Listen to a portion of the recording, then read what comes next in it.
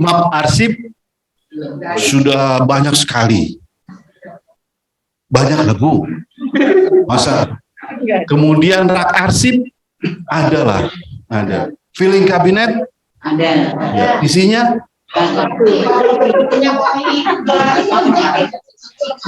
kopi, gula, sepatu, baju olahraga, snack kering. Sama Pak, Bu, filing kabinet saya juga begitu. Roll opek ada? Dulu waktu di lapangan. Oh ada ya Bu? Nggak ada. Nah, kenapa harus roll opek? Roll opek itu kan lemari yang pintu putar, ya kan? Nah itu sistem keamanannya lebih terjamin daripada rak arsip statis, karena dia biasanya tahan api, ya. Kemudian kan ada kuncinya juga itu, jadi berkunci ganda, tidak bisa dibuka oleh sembarang orang, jadi termasuk bagus. Dan muatnya banyak. Muatnya banyak, betul Bu. Record center punya? Ditjen Bimas Arsip, Ditjen Bimas Kristen? Kalau di Tamrin, mohon maaf, ruang penyimpanan arsip di basement ya Bu ya? Di basement ya.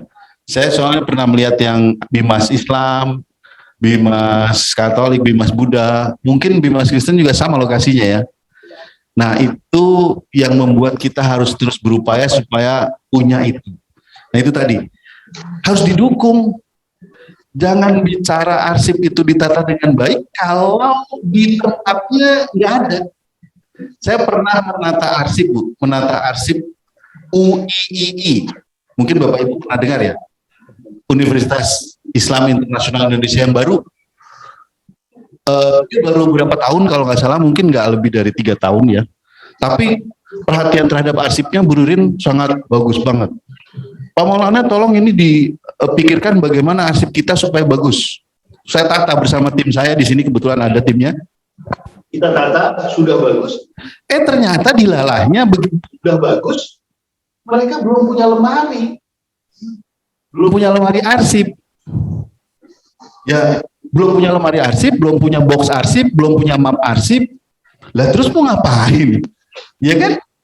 Kalau arsipnya sudah saya tata, sudah saya klasifikasikan, saya sudah indeks, saya sudah masukkan ke daftar arsip, tapi ketika disimpannya nggak ada gimana? Kan intinya adalah penyimpanan. Kan gitu ya Bapak Ibu ya.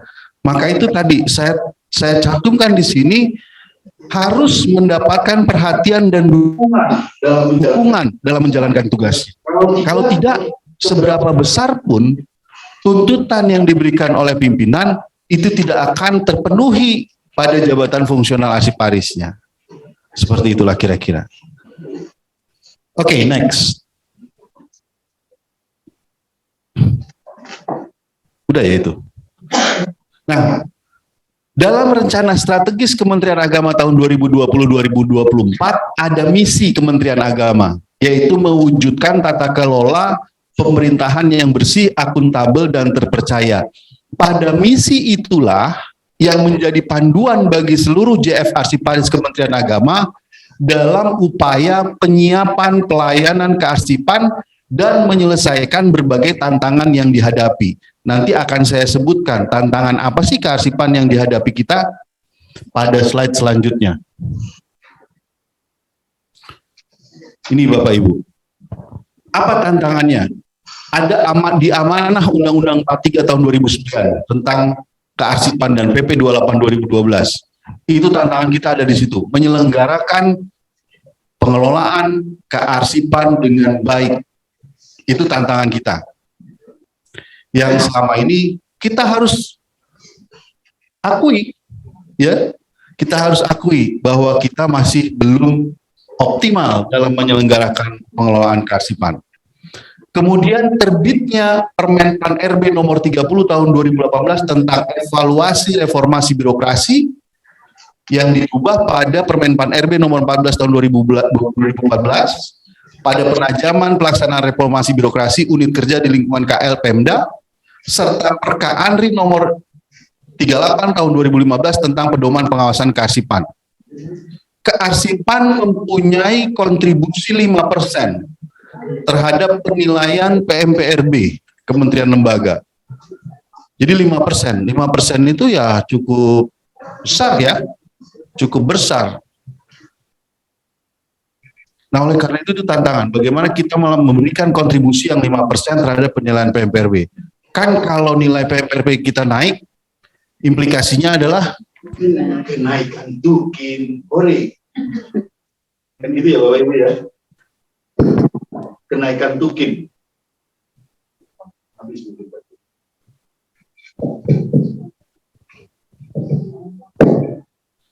Jadi seperti itu tantangan kita Bapak Ibu. Kemudian terbitnya peraturan ANRI nomor 9 tahun 2018 tentang pedoman pemeliharaan arsip dinamis. Nah, di sini pada peraturan ANRI ini sangat rigid sekali bagaimana kita untuk mengelola arsip dinamis. Di kalangan JF Arsiparis kita sudah sangat tahu siklus arsip. Iya kan? Mulai dari penciptaan, kemudian penggunaan, pemeliharaan, sampai penyusutan. Arsip yang kita hasilkan itu harus melewati 4 siklus itu. Tapi secara garis besar, ternyata kita hanya fokus pada proses yang pertama saja, yaitu penciptaan. Jadi sudah kita cipta, setelah kita cipta, kemudian kita gunakan, tapi pemeliharaannya ini yang masih belum optimal. Nah, penyusutan kan ada 3, pemusnahan, penyerahan, perpindahan. Nah, yang paling sekarang lebih digemari atau bukan digemari sih maksudnya, lebih mudah untuk dilakukan adalah pemusnahan arsip, gitu. Yang penyerahannya belum, kemudian perpindahannya belum. Nah, ini semoga ke depan seluruh siklus kearsipan itu bisa kita jalani. Kemudian terbitnya peraturan, ini yang tantangan nomor 4 nih, yang tantangan menurut saya. Menurut saya tantangan 4 dan 5 ini adalah tantangan yang terbesar, Bu Ririn. Yaitu terbitnya Perpres nomor 95 tahun 2018 tentang SPBE dan Kepmen Pan RB nomor 679 2020 tentang aplikasi umum bidang kearsipan dinamis, dan terbitnya peraturan ANRI nomor 4 tahun 2021 tentang pedoman penerapan sistem informasi kearsipan dinamis dan terintegrasi yang disingkat Srikandi. Saya yakin pada Ditjen Wimas Kristen sudah punya aplikasi ya Pak tentang kesuratan. Ada? Si mantap. Ya, karena memang hampir semua sih rata-rata sudah punya aplikasi persuratan, sudah. Di Pendis kalau nggak salah namanya Segra ada, kalau di Badan Litbang TNDE. Kalau Kristen si mantap. Si mantap. Mantap. Ya tapi punya ya Bu ya. Nah itu besok diganti namanya Srikandi. Srikandi itu aplikasi yang dikelola oleh Kominfo dan ANRI. Nah kita sebagai user menggunakan itu. Dalam aplikasi Srikandi itu nanti mulai dari penciptaan sampai penyusutan arsip ada di situ. Jadi tidak perlu lagi susah-susah. Namun yang menjadi perhatian saya adalah dibutuhkan SDM yang handal dan konsentrasi yang penuh dalam menjalankan aplikasi Srikandi.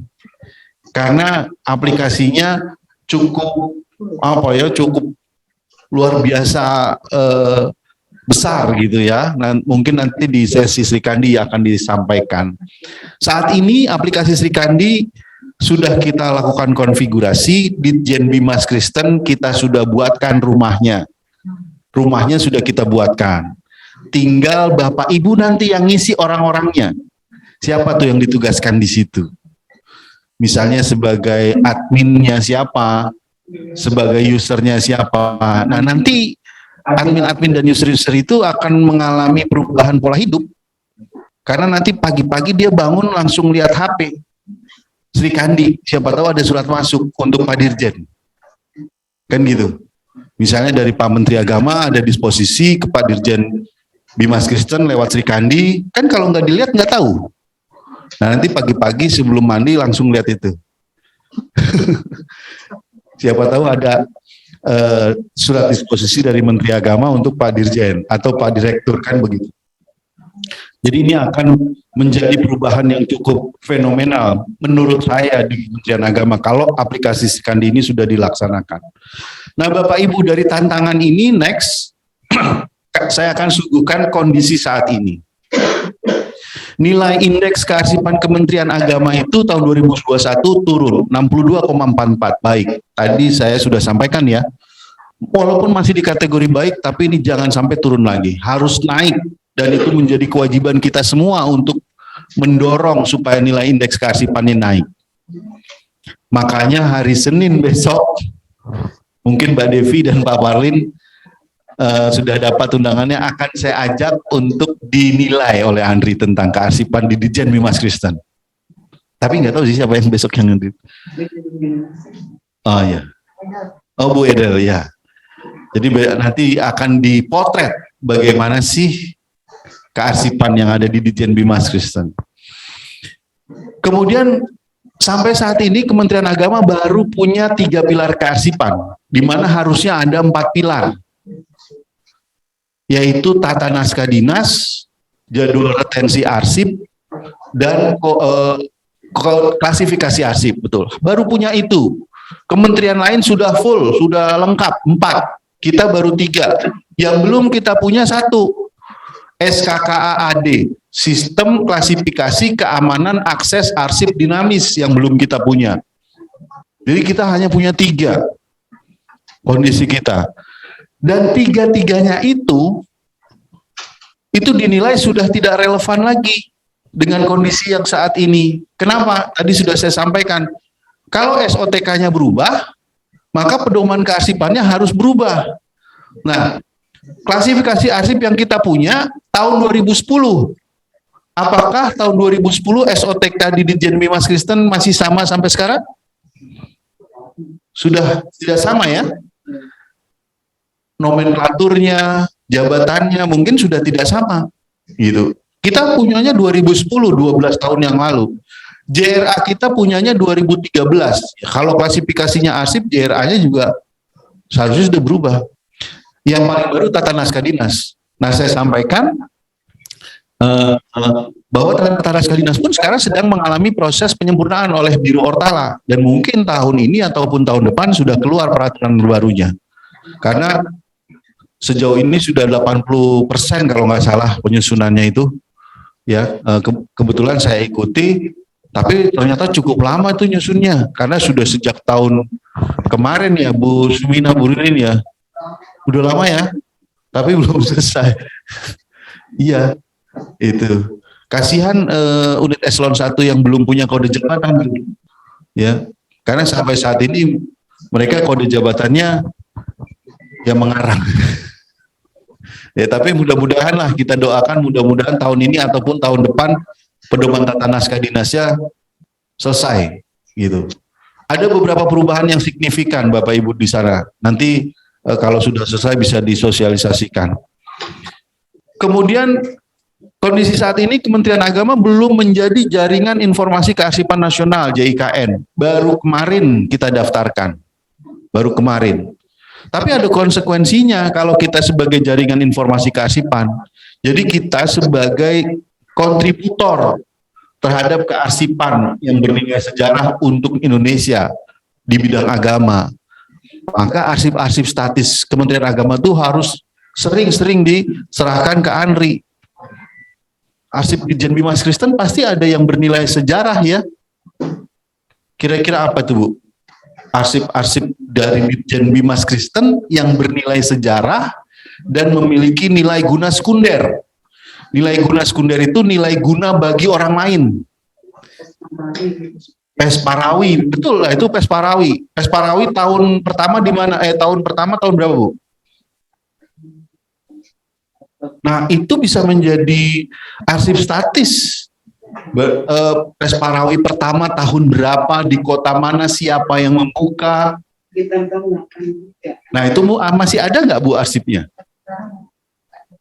nggak nemu. Bagian ada. Nah, kalau ada itu nanti serahkan Pak Parudin nih, Bu, arsip ahli muda. Beliau nanti lebih banyak tugasnya di arsip statis yang akan mendata arsip statis Kementerian Agama pada Bimas Kristen untuk kita serahkan ke ANRI. Sehingga nanti kita bisa berkontribusi terhadap penyedia arsip jaringan informasi kearsipan nasional. Seperti itu. Selain Pesparawi mungkin ada lagi yang bersifat sejarah. Mungkin ada foto. Foto-foto ada nggak? Foto-foto pelantikan Dirjen yang pertama, atau naskah-naskah pidato Dirjen terkait peristiwa penting. Proses transformasi bisa ya. Proses transformasi apa, Bu? Dari misalkan dari sekolah tinggi menjadi institut. Bisa sekali. Itu menjadi sebuah arsip timeline perjalanan sejarah PTKN di Indonesia. Gitu. Mungkin dulu awalnya apa? Sekolah tinggi Sekolah tinggi Staken yang menjadi AKN. menjadi AKN. Nah, itu Ini baru berproses ke universitas. itu arsip statis, Bu, yang bernilai sejarah. Silakan didata menjadi arsip usul statis, usul serak, nanti diserahkan ke ANRI menjadi arsip statis, dan arsip itu akan ditampilkan nanti di jaringan kearsipan nasional. Jadi kalau ada orang ataupun pihak yang ingin mengetahui sejarah perjalanan Pesparawi, perjalanan PTKN, Ditjen Bimas Kristen, itu bisa langsung di situ. Seperti itu. Nah, sampai saat ini indeks penyerahan arsip statis kita ke ANRI masih rendah, Pak. Masih rendah. Kita terakhir menyerahkan arsip statis kalau nggak salah tahun 2005. 2005, Bu. Menyerahkan arsip statis. Sampai saat ini belum. Pak Heri Wiharso itu sekarang lagi, bukan sekarang sih, dari dulu susah banget minta arsip statis Kementerian Agama tuh. Jadi minta arsip statis dari unit-unit eselon 1 itu susah sekali. Satu nggak ada, tadi mungkin yang disebut nggak punya, nggak pegang gitu. Yang kedua mungkin ada tapi di pihak lain seperti itu. Nah, itu sulit sekali. Ya, padahal seandainya itu bisa kita lakukan saja, paling tidak kita sudah ada kontribusinya, gitu. Kemudian kita belum melakukan pengelolaan arsip dinamis, dalam hal ini pembentukan Central File dan Record Center. Central File itu adalah sebuah unit kerja yang mengelola arsip aktif. Jadi arsip aktifnya terkonsentrasi pada satu tempat saja. Nah, kalau Record Center itu satu tempat yang mengelola arsip inaktif.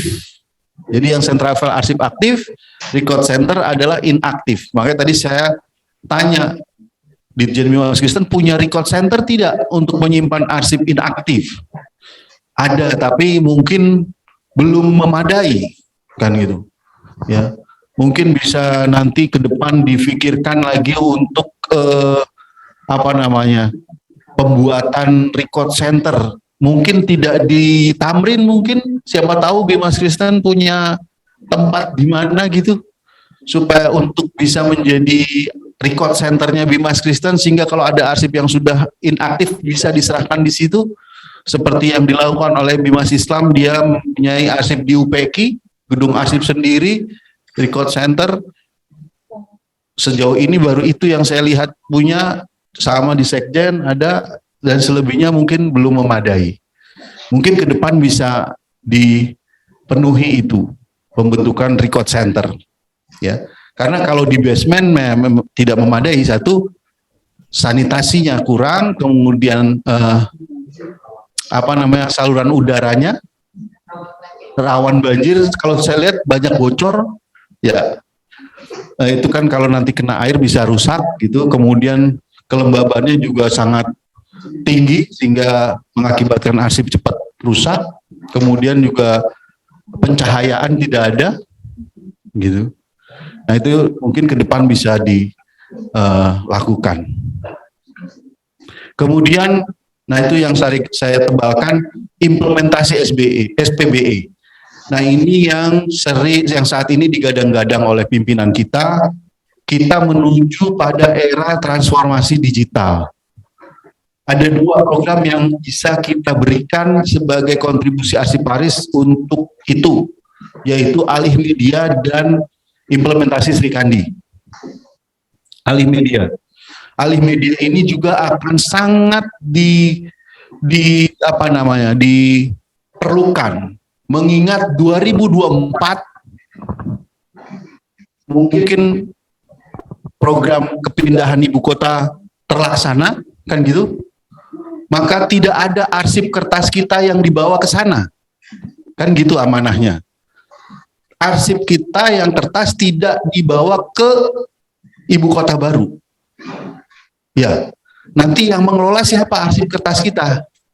Kalau nggak salah yang mengelola nanti akan diberikan kewenangan kepada ANRI. Jadi ANRI yang mengelola. Nah, tapi kan nggak mungkin kita nggak bawa arsipnya ya. Secara arsip itu mungkin masih diperlukan. Berarti yang kita bawa dalam bentuk soft file. Maka dari sekarang saya menyarankan agar mengalih mediakan arsip-arsip di Ditjen Bimas Kristen yang penting, strategis, supaya ketika 2024 kita pindah, itu sudah bisa tercover, gitu. Kemudian implementasi Sri Kandi. Nah ini sekali lagi yang tadi sudah saya sampaikan, kita sudah konfigurasi dalam waktu dekat, mudah-mudahan ini bisa terlaksana. Kemarin saya sudah ketemu juga dengan pihak ANRI, ya mudah-mudahan Agustus ini Sri Kandi yang benerannya, karena sekarang ini kita masih pakai yang BIMTEK, nanti yang live-nya akan kita usahakan Agustus ini sudah mulai bisa terlaksana, kita usahakan. Karena kalau nanti sudah yang versi live, sudah nggak bisa latihan-latihan lagi Pak Hajar di situ. Karena kalau latihan nanti kelihatan sama kementerian lain, kan malu kita. Masa masih latihan buatnya gitu. Jadi udah harus beneran. Nah mudah-mudahan itu bisa tercapai. Kemudian kondisi saat ini kita belum melakukan arsip vital. Belum melakukan program arsip vital. Kalau tadi saya tanya arsip statisnya Bimas Kristen, tadi sudah Bapak Ibu sampaikan. Kalau arsip vitalnya Bimas Kristen, apa Bu? Pak? Arsip vital itu arsip yang melekat ketika organisasi itu masih ada. Tidak boleh hilang arsip itu. Misalnya kalau di perguruan tinggi itu SK penetapan pendirian perguruan tinggi, itu arsip vital. Nah kalau di Ditjen Bimas Kristen apa? Arsip vitalnya pasti ada kan? Itu tidak boleh hilang. Kecuali nanti kalau di Ditjen Bimas Kristen misalnya sudah melebur lagi atau bergabung lagi dengan yang lain, itu bisa saja. Tapi itu adalah arsip vital. Ya nanti silahkan dipikirkan arsip vitalnya, gitu. Dan itu harus dilakukan program arsip vital. Karena sampai saat ini kita belum menyentuh Pak ke program arsip vital. Next, upaya yang sedang kita lakukan saat ini melakukan penyempurnaan terhadap 3 pilar kearsipan. Nah inilah, momen inilah yang kita lakukan. Menyempurnakan terhadap 3 pilar kearsipan dan menyusun 1 pilar kearsipan lagi, yaitu SKKAD. Inilah yang akan diharapkan menjadi output dari kegiatan 3 hari ini. Mudah-mudahan setelah kegiatan 3 hari ini nanti minggu depan sudah bisa diserahkan ke kami. Nanti akan kami kompilasi, kami susun, dan kami gabungkan dengan unit-unit eselon 1 lainnya untuk menjadi draft peraturan Menteri Agama terkait dengan pilar kearsipan ini. Kemudian kita juga sekarang ini sedang melakukan pengawasan kearsipan internal terhadap unit pengolah dan unit kearsipan pusat maupun daerah. Minggu depan kita akan lakukan. Kemudian melakukan upaya implementasi Sri Kandi bertahap. Kemarin dari ANRI menyarankan untuk tahap pertama ini minimal sekjen pakai semuanya, 2 unit eselon 1 pakai Agustus besok, dan 1 unit daerah.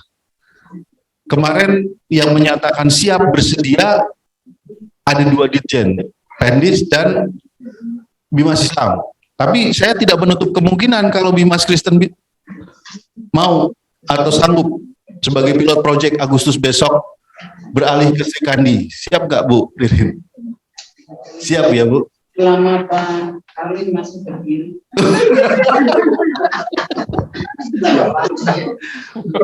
Karena besok beliau sudah jongkok ya Bu. Ya, Siap ya Bu ya. Karena saya sudah menyampaikan ke Pak Sekjen, mudah-mudahan Pak Sekjen bisa menyambut dengan mengeluarkan surat edaran untuk beralih ke Sri Kandi.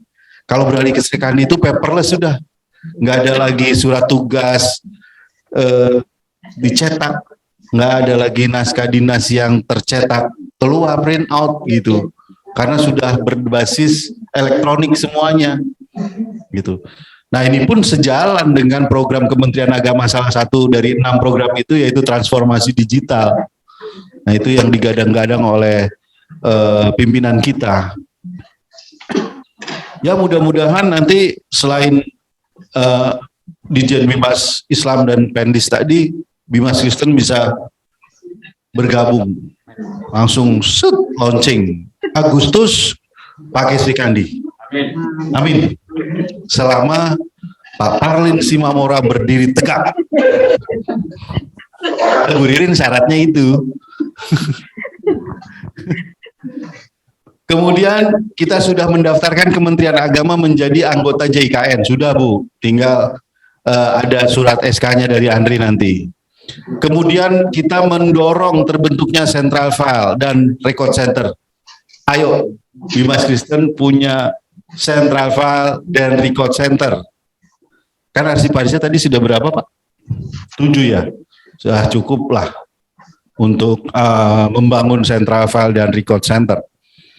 Kemudian membentuk organisasi profesi jabatan fungsional arsiparis.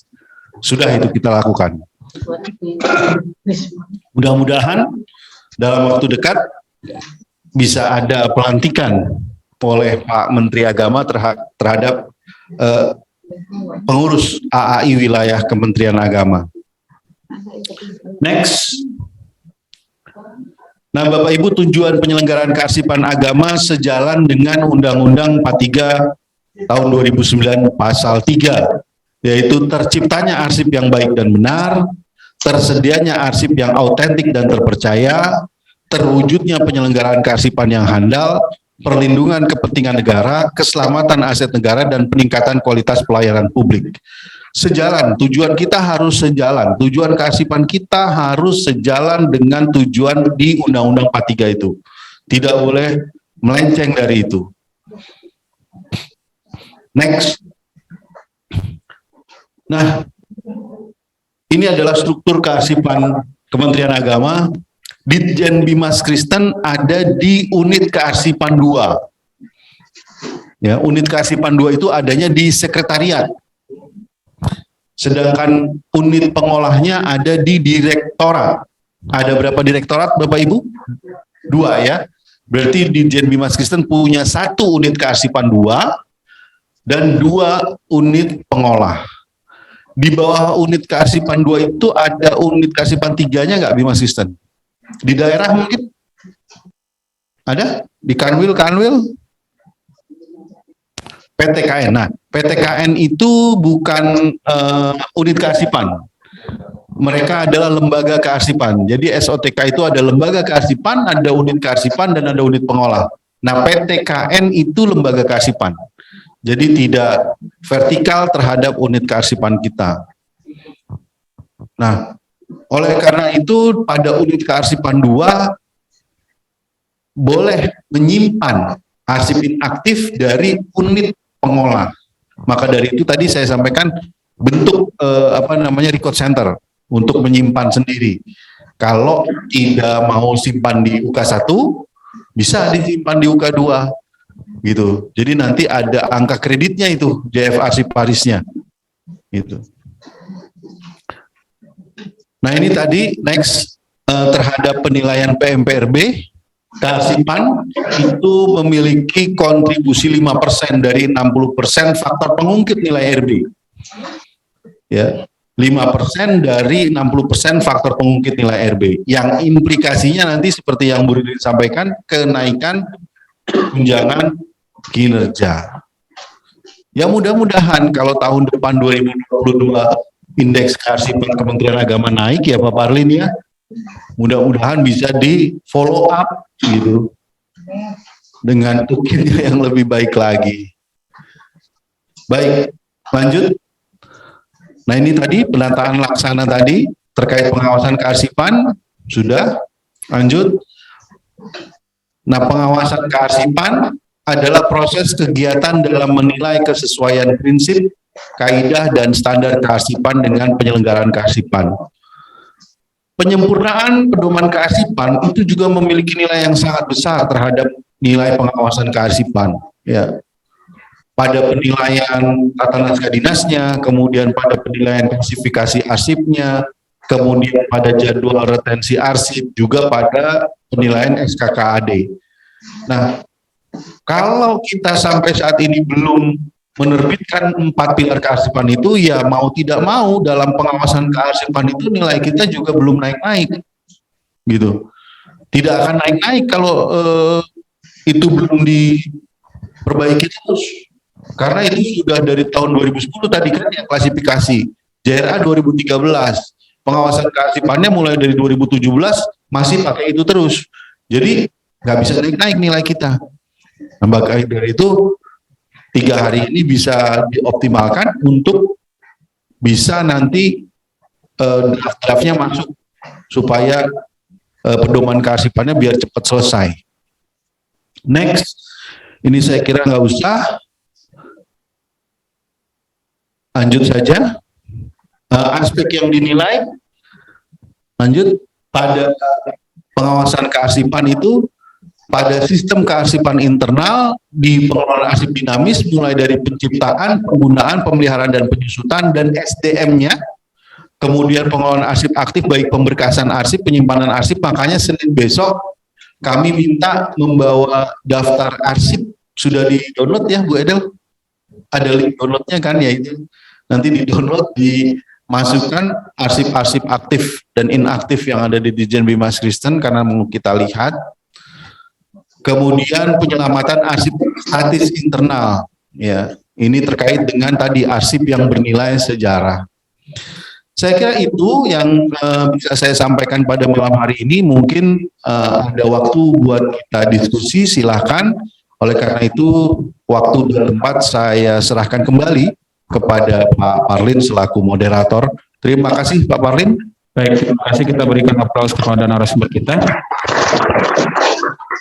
Saya mengucapkan, mewakili dari peserta mengucapkan terima kasih kepada Bapak Maulana yang sudah memberikan materi tentang pentingnya ya penyusunan pedoman kearsipan ini.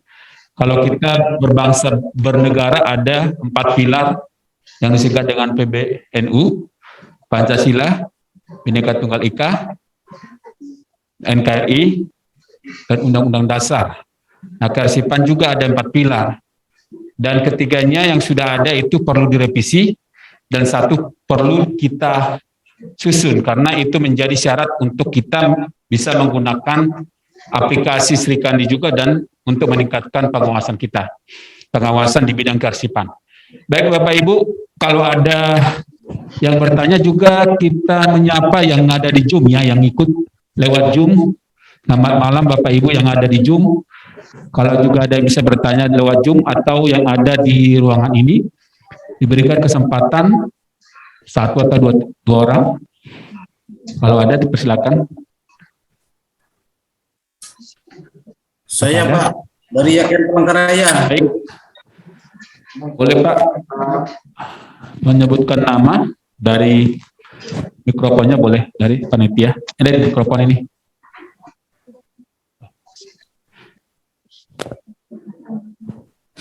Baik, silakan Pak menyebutkan nama dan dari mana dan menyampaikan pertanyaan singkat dan padat. Terima kasih. Oh ya, terima kasih Pak. Nama saya Dewi Narso dari Bimas Islam. Saya mau menanyakan Pak Maulana. Ya. Saya kan selama ini memakai untuk mengerjakan arsip-arsip laporan memakai SIMBI ya, teknologi udah entry itu melalui entry. Nah selama ini kan memang saya entry belum selesai, tiba-tiba nanti kalau ada aplikasi Sri Kandi, apakah itu harus kita tinggalkan gitu? Padahal itu kan kerjaan kita memakai aplikasi yang lama belum selesai gitu Pak. Kalau seandainya nanti dikasih ganti dengan Sri Kandi kan akan berubah lagi atau gimana itu Pak? Modelnya gitu. Nah kalau nanti dari ulang lagi ke Sri Kandi, dari awal kan kita udah setengah main gitu, tiba-tiba harus diganti gitu kan.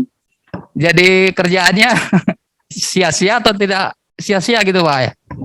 Ya terima kasih Pak. Baik, terima kasih. Memang nanti ini akan ada session mengenai Sri Kandi, tapi kami persilakan kepada Bapak Maulana untuk Ya, baik. Terima kasih Pak Edi. Jadi Bapak Ibu, ketika nanti kita beralih ke Sri Kandi, pekerjaan kita yang lama jangan kita tinggalkan. Tapi nanti aplikasi Sri Kandi itu dimulai pada pembuatan naskah dinas yang baru, gitu. Pekerjaan arsip yang sudah Bapak lakukan pada aplikasi sebelumnya tetap disimpan saja Pak. Tidak usah dihapus, tetap disimpan saja, karena nanti penggunaan aplikasi Sri Kandi itu mulai dari penciptaan, pembuatan naskah dinas yang baru, sampai kepada penyusutan arsip naskah-naskah dinas yang tercipta melalui Sri Kandi saja. Yang melalui aplikasi lain, ya tidak usah dimasukkan ke Sri Kandi, tapi disimpan di situ saja gitu. Jadi nggak usah ditinggalkan, cuma nanti Bapak beralih selanjutnya pakai aplikasi Sri Kandi. Gitu. Jadi itu tetap Pak, jangan dihilangkan karena itu pekerjaan yang sudah bagus sekali mengarsipkan di aplikasi. Mungkin sudah banyak ya Pak arsip yang Bapak masukkan.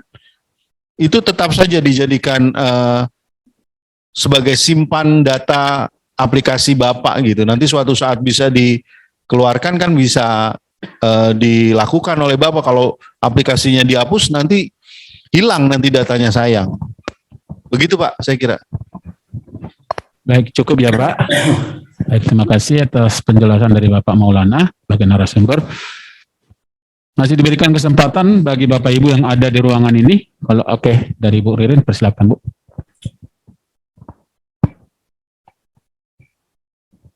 Selamat malam, terima kasih atas waktunya.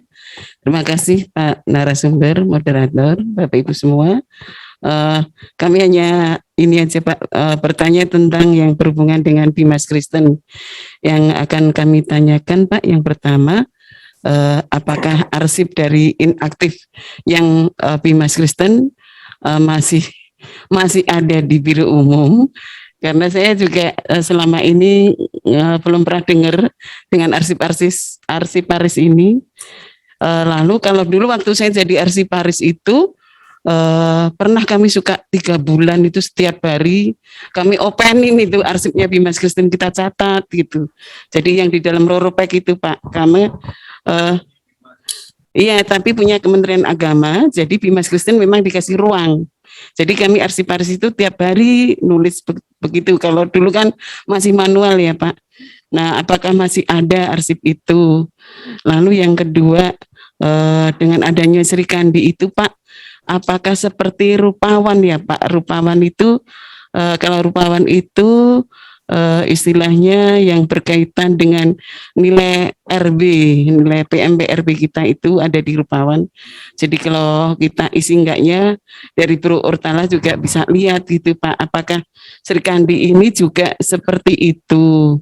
Maksudnya arsip-arsip itu dari siklus arsip itu semua nanti akan dimasukkan di situ.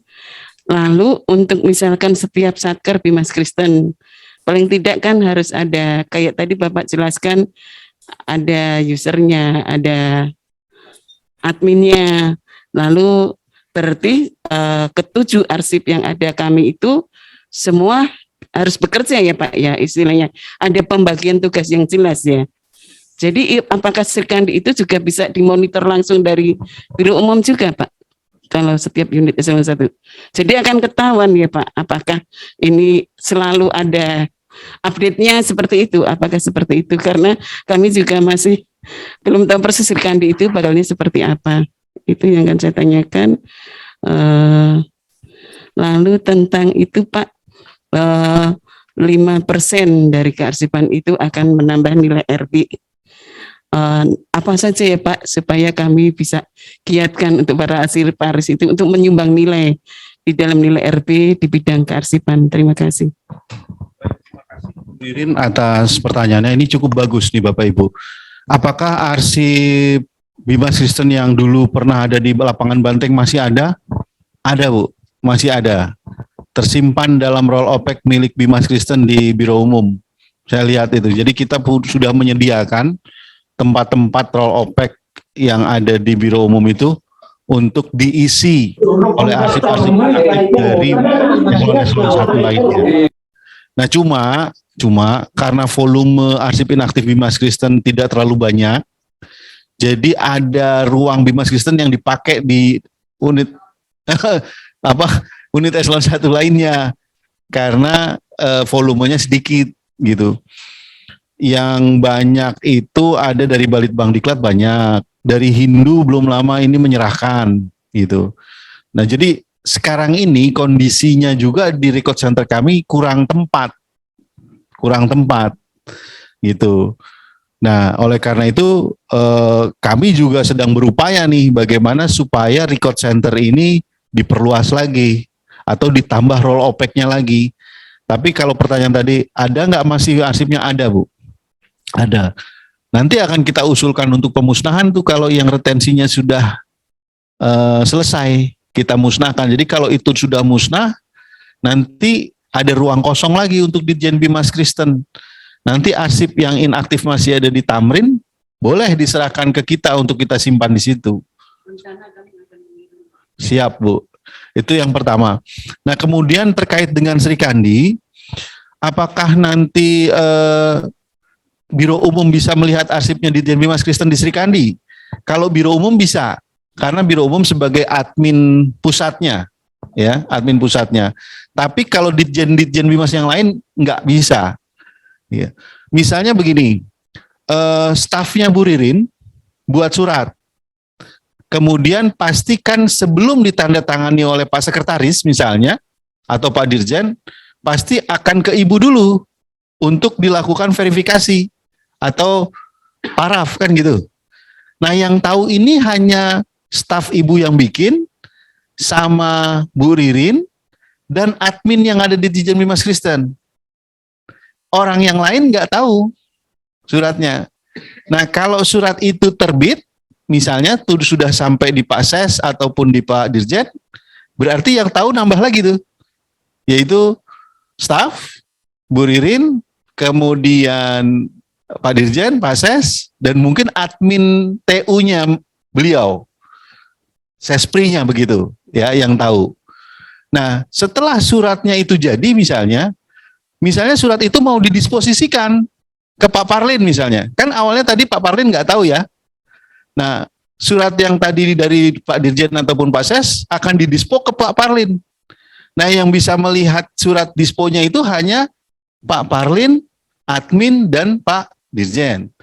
Seperti itu. Jadi bisa terlihat tapi pada pihak-pihak yang berkepentingan saja. Nah, ketika tadi staf Ibu membuat naskah dinas, ya, itu mulai dari penciptaannya kan di Sri Kandi. Kemudian penggunaannya kan lewat Sri Kandi lagi tadi kan. Pak Dirjen, Pak Ses mendisposisinya ke Pak Parlin. Berarti penggunaannya di situ. Kemudian nanti sudah di dalam aplikasi Sri Kandi itu ada menu pemberkasan. Nah, nanti dia akan otomatis terberkaskan di aplikasi Sri Kandi. Berarti pemeliharaannya sudah kan. Nah, ketika pemberkasan itu dia juga akan secara otomatis akan terlihat kapan dia retensinya, musnahnya tahun berapa, penyusutannya gitu. Jadi nggak perlu lagi susah-susah melihat arsip ini kita bisa susutkan di tahun berapa karena lewat aplikasi Sri Kandi sudah ketahuan. Nah, proses bisnis itu bisa diketahui, bisa dilihat maksudnya pada pihak-pihak yang terkait. Seperti itu, Bu. Walaupun aplikasinya sama, saya misalnya kalau saya bukan admin pusat, saya nggak bisa ngelihat naskah dinas yang tadi Ibu buat, gitu. Nah, itulah di situ yang disebut dengan keamanan akses, gitu. Itulah yang disebut keamanan akses. Jadi yang mengakses kan hanya orang-orang terkait saja. Nah, itu yang disebut keamanan akses. Kan selama ini kalau kita bikin surat dinas, semua orang bisa.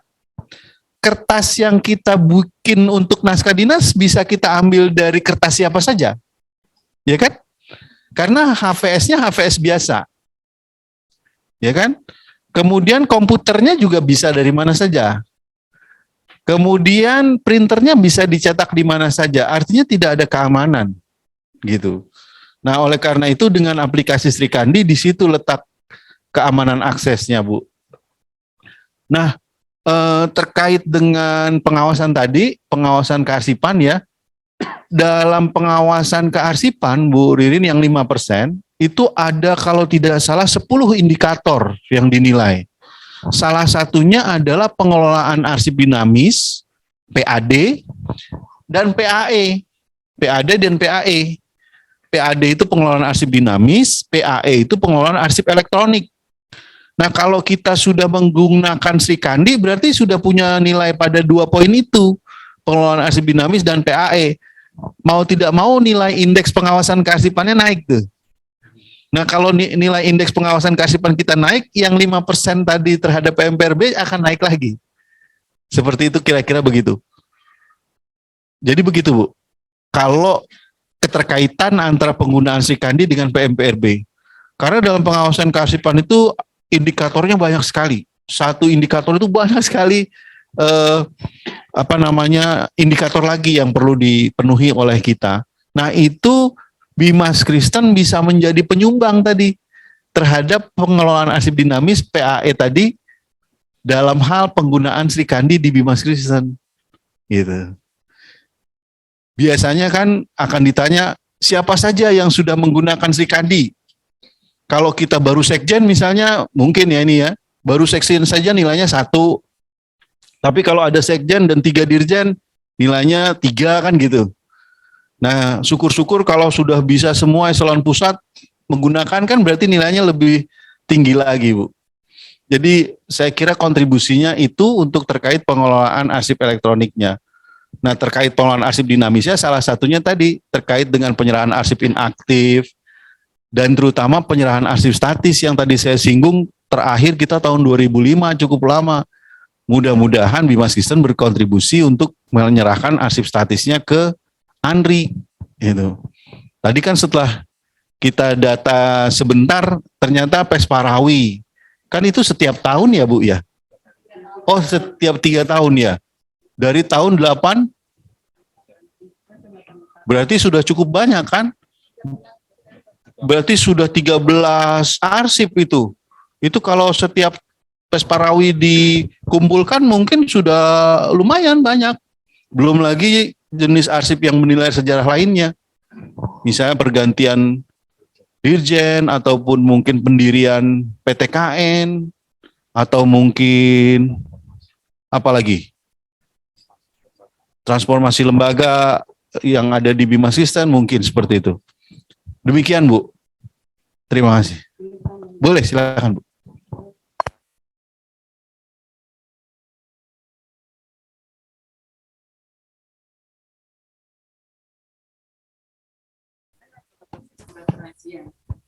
Maksudnya kalau misalkan tentang mutasi atau catatan selama ini yang kami lakukan.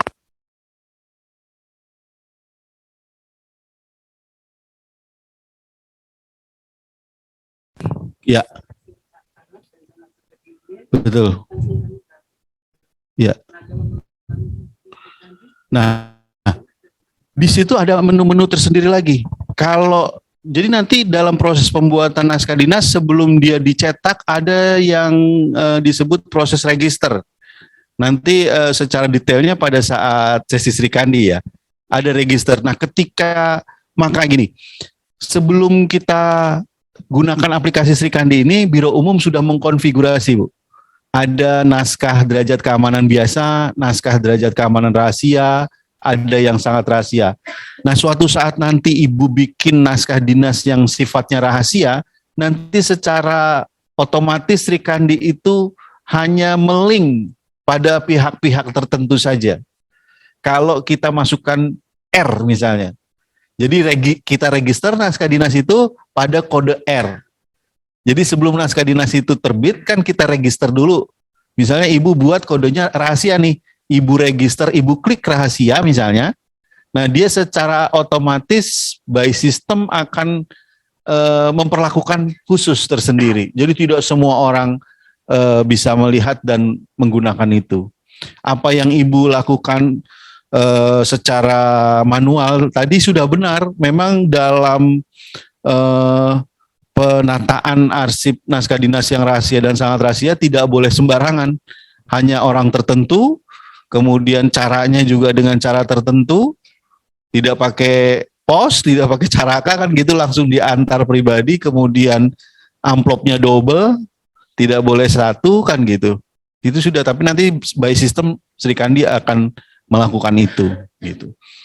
Ya mungkin nanti pada sesi Sri Kandi bisa disimulasikan terkait dengan itu. Waktu pertemuan lalu mungkin Mbak Devi baru naskah dinas yang biasa ya. Belum sampai ke rahasia ya Pak Parlin ya. Iya, seperti itu. Demikian Bu Ririn. Sama-sama Bu. Bapak Maulana. Sebelum ada pertanyaan dari Ju, mungkin saya teringat tadi mengenai tata naskah dinas yang harus pakai logo asli ya, dalam arti yang warna. Nah kebetulan kemarin saya juga bikin konsep ya mengenai SK tim efektif perubahan saya dalam rangka diklat. Saya sudah bikin yang asli, yang warna, tapi kemudian di bagian hukum diganti menjadi yang tidak warna, katanya itu udah formatnya dari sana begitu. Bagaimana menurut Bapak? Kebetulan ada di sini Mbak Tata ya atau siapa? Supaya bisa sama, supaya nanti kita membuat SK Dirjen itu memang harus sesuai dengan yang ditata naskah dinas, supaya memang warnanya itu yang logonya itu yang warna gitu. Bisa dijelaskan Pak? Nah. Kalau terkait logo Kemenak sudah jelas. Pada KMA 717 tahun berapa itu di Biro Hukum ada logo Kemenak berwarna. Logo Kemenak berwarna, ya kan? Kalau Bapak Ibu misalnya ada mohon maaf nih, kalau di daerah-daerah kan ada pakaian dinas harian ya, ada logonya kan di pundaknya itu berwarna kan? Itu pasti mengacu pada KMA. Nah logo yang berwarna itu harus diterapkan juga pada kop surat gitu. Saya kira yang memang sangat sesuai adalah yang berwarna karena sudah jelas. Kemarin juga minggu lalu kita di Bogor juga sudah membahas tentang tata naskah dinas, penggunaan logo pada kop itu harus yang berwarna, wajib berwarna. Karena memang pada penetapan logo Kementerian Agama, moto dan semboyan itu kita warna, bukan hitam putih seperti biasa gitu. Jadi ke depan mudah-mudahan bisa diaplikasikan untuk penggunaan logo berwarna seperti itu. Baik, terima kasih. Mungkin bisa ditanggapi Tata atau dari bagian hukum mungkin ya, supaya bisa langsung diimplementasikan gitu, supaya ada tanggapan. Gak apa-apa, kasih aja. Mungkin selama ini dari pimpinan seperti itu atau pendapat kalau ada.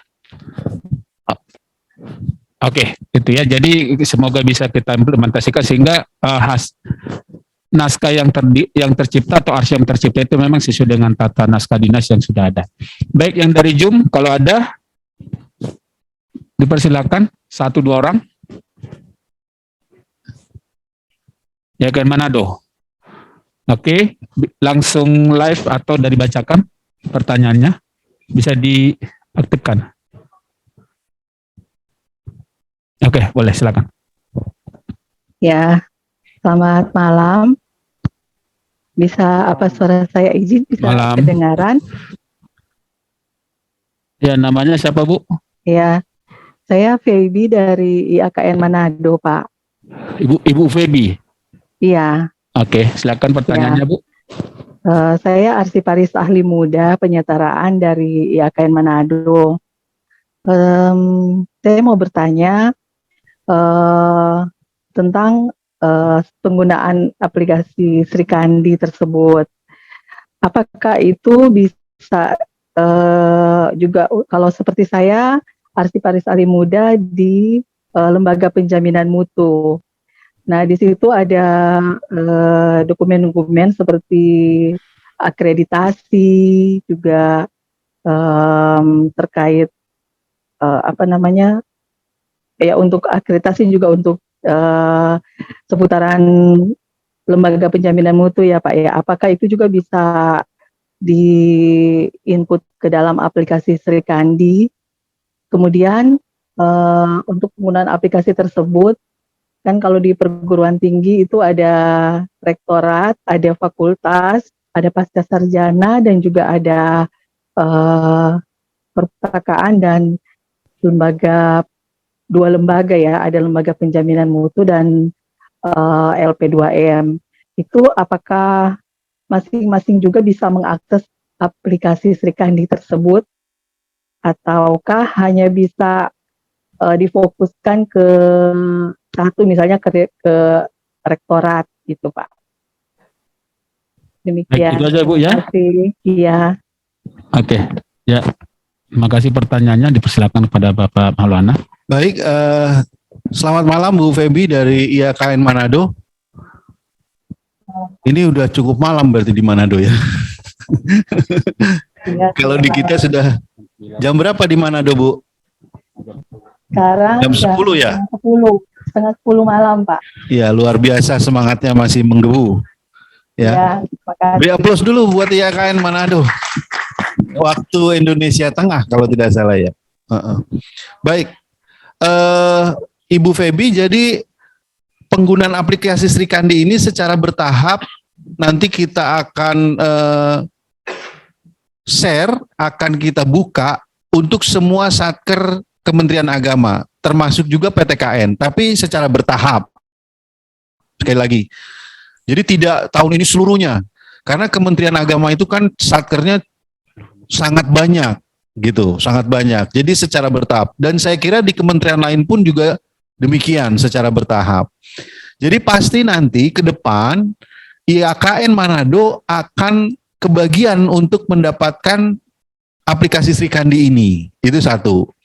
Nah, kemudian yang kedua, apakah Ibu bisa menggunakan aplikasi Sri Kandi? Bukan hanya Ibu, seluruh pegawai Kementerian Agama bisa menggunakan aplikasi Sri Kandi. Jadi seluruh pegawai Kementerian Agama itu yang jumlahnya kurang lebih 250.000 orang, itu satu-satu akan punya user pada aplikasi Sri Kandi. Walaupun dia mungkin tidak pernah membuat naskah dinas, tapi bisa saja suatu saat dia diberi disposisi oleh pimpinannya untuk suatu tugas tertentu, kan gitu. Nah, disposisi itu nanti akan keluarnya lewat Sri Kandi. Nah, kalau dia nggak punya user, dia nggak bisa akses. Jadi bukan hanya Bu Feby, tapi semua pegawai Kementerian Agama akan punya akun di aplikasi Sri Kandi. Ada yang sebagai admin, ada yang sebagai user. Tapi sekali lagi, ini akan kita lakukan secara bertahap. Seperti itu. Tapi pasti nanti akan sampai ke IAKN Manado. Gitu. Nah, nanti diharapkan pada di IAKN Manado itu bisa mengkonfigurasi sendiri, mengkonfigurasi adminnya. Adminnya nanti harus bisa mengkonfigurasi sendiri rumah-rumah jabatan apa yang ada di IAKN Manado. Seperti itu. Tadi Ibu sudah sebutkan ada rektorat, ya kalau tidak salah. Kemudian ada fakultas, kemudian ada pasca sarjana, tadi kalau tidak salah, ada perpustakaan. Nah, nanti itu yang menyusun rumah-rumahnya adalah admin IAKN Manado. Nanti kami akan buatkan rumahnya dulu, satu untuk IAKN Manado, dan selanjutnya adminnya itu yang akan membuatkan rumah-rumahnya. Seperti itu, Bu Feby ya. Nah, nanti silakan kalau sudah ke tahap itu, nanti silakan di IAKN Manado itu untuk menggunakan aplikasi Sri Kandi dengan sebaik-baiknya. Tapi sekali lagi mohon bersabar karena kita akan lakukannya secara bertahap. Nah, untuk tahapan ini kita coba dulu di pusat. Seperti itu. Nah, mudah-mudahan tidak dalam waktu yang lama akan sampai juga pada perguruan tinggi lainnya. Saya kira demikian, Pak Parlin. Baik, Bapak Ibu, kita berikan aplaus, tepuk tangan, baik yang ada di ruangan ini dan juga yang ada di Zoom. Saya rasa sudah cukup ya Bapak Ibu ya. Kalaupun ada nanti boleh disampaikan via kita ada grup ya, grup Arsiparis yang pusat dan daerah. Bisa juga nanti lewat WA, boleh. Tadi nomor narasumber juga sudah disampaikan. Baik, demikian sebelum kita akhiri mungkin kita foto bersama sebagai dokumentasi panitia. Persilakan Halo, MC untuk mengatur moderator. proses untuk foto bersama. Terima Halo kasih. moderator.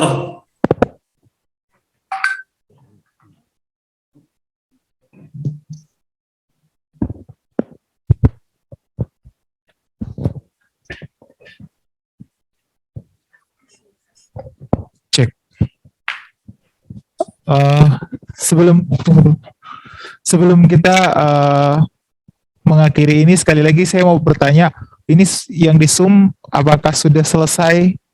Nggak ada pertanyaan lagi? Ada dari IAKN Palangkaraya.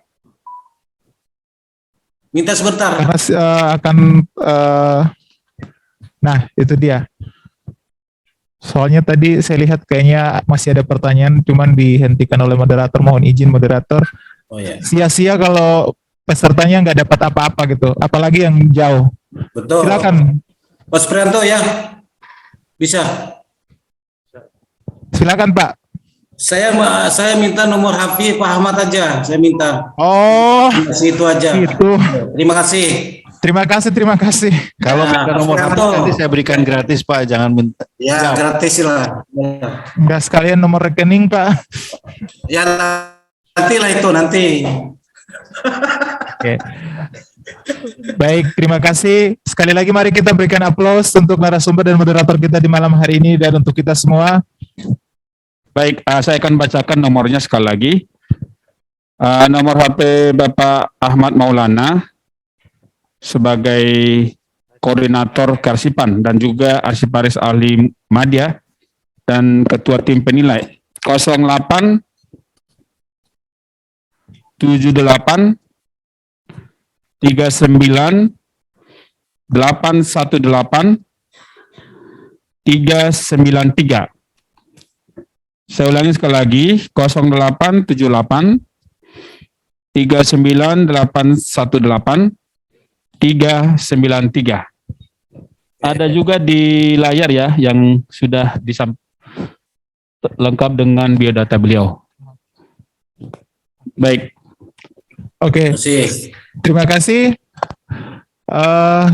Sebelum kita foto bersama, kami informasikan bahwa peserta yang ada di Zoom maupun yang berada di tempat ini yang belum mengisi CV, mohon untuk diisi. Ini karena bagian dari Arsiparis kita juga. Selanjutnya kita akan foto bersama seperti biasa. Undangan untuk eselon 1 lain dan tamu untuk berfoto lebih dahulu, kemudian diikuti oleh peserta dari DBK. Panitia, tolong kursinya lincah.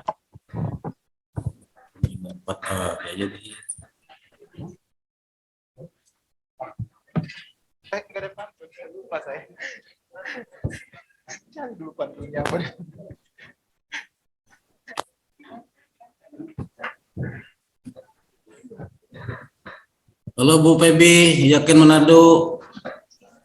Apa kabar? Halo juga Pak. Sehat.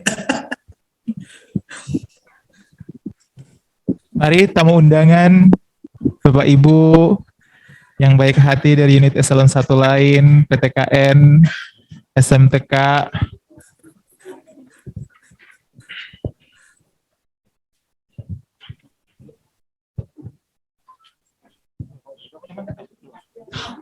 ini bisa berdoa.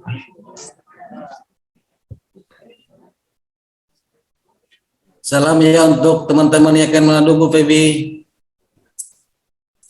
Inilah di sana. Iya Pak, Supriyanto.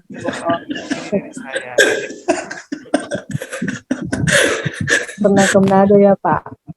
Pernah enggak ketemu. Pastikan Bapak Ibu semua wajah-wajah yang manisnya tersimpan dalam kamera panitia. 3, 2, Repli kayak gitu. 1. Repli kan itu. Cek rek. Oke. Gaya bebasnya 1, 2, 3. Oke. Terima kasih. Silakan kembali. Selanjutnya peserta dari DBK.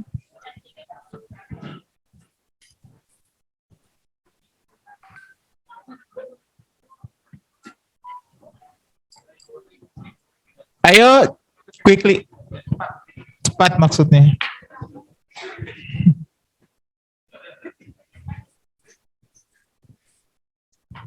Jadi belakang Pak Parlit.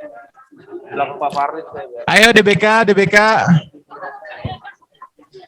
Yang merasa DBK silakan.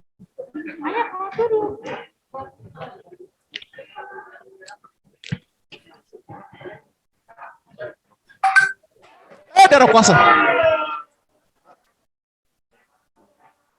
Wow, handphone mahal itu. 10 juta. Salah 16 ya. Salah 24 ya. 24 juta ya Kak Oi. 26 ya. Cek rek.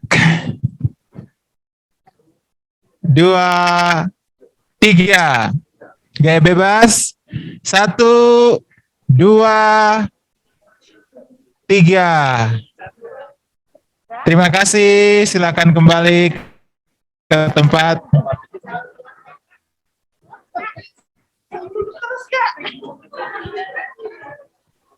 Oh iya. Oke, Bapak Ibu, sebelum kita mengakhiri kegiatan kita semua di malam hari ini, saya akan membacakan pantun penutup kita.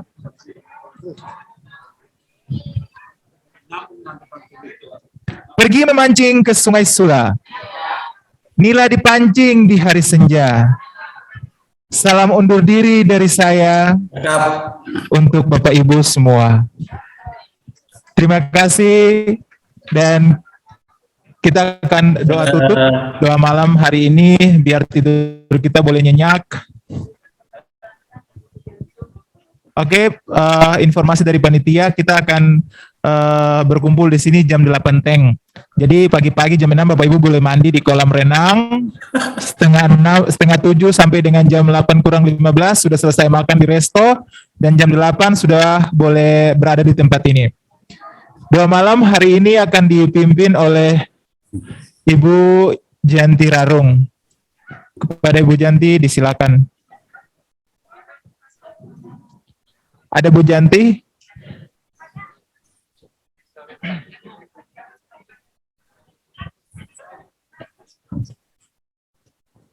Katanya orang DKI. Bu Devi, Ibu, mari kita satu dalam doa. Ya Tuhan Allah pada dalam surga, terima kasih ya Tuhan pada malam hari ini kami anak-anakmu datang menghadap hadirat-Mu yang kudus. Kami boleh mengucap syukur Tuhan untuk penyertaan pimpinan Tuhan dalam kegiatan kami dari sore hingga pada malam hari ini ya Tuhan. Kami boleh mengikuti kegiatan ini dengan tak kurang sesuatu apapun, dengan sehat kuat yang daripada Tuhan. Tuhan Yesus, malam ini kami akan istirahat malam. Biar Tuhan jaga lindungi kami, sertai kami pada malam hari ini dalam istirahat kami. Terima kasih ya Tuhan, ampuni salah dosa kelemahan kami. Dengar dan sambut doa kami hanya dalam nama Tuhan kami Yesus Kristus. Kami sudah berdoa dan mengucap syukur. Amin. Amin. Terima kasih. Sekali lagi kami mengucapkan terima kasih untuk semua, dan kami mohon maaf jika dalam kegiatan di hari ini ada kata-kata yang kurang berkenan di hati Bapak Ibu. Mohon dimaafkan. Dan semoga malam hari ini tidur tidak dibawa dalam mimpi dan tidurnya, dan boleh bangun besok pagi dengan semangat dan kita boleh ketemu di sini lagi. Terima kasih. Assalamualaikum warahmatullahi wabarakatuh.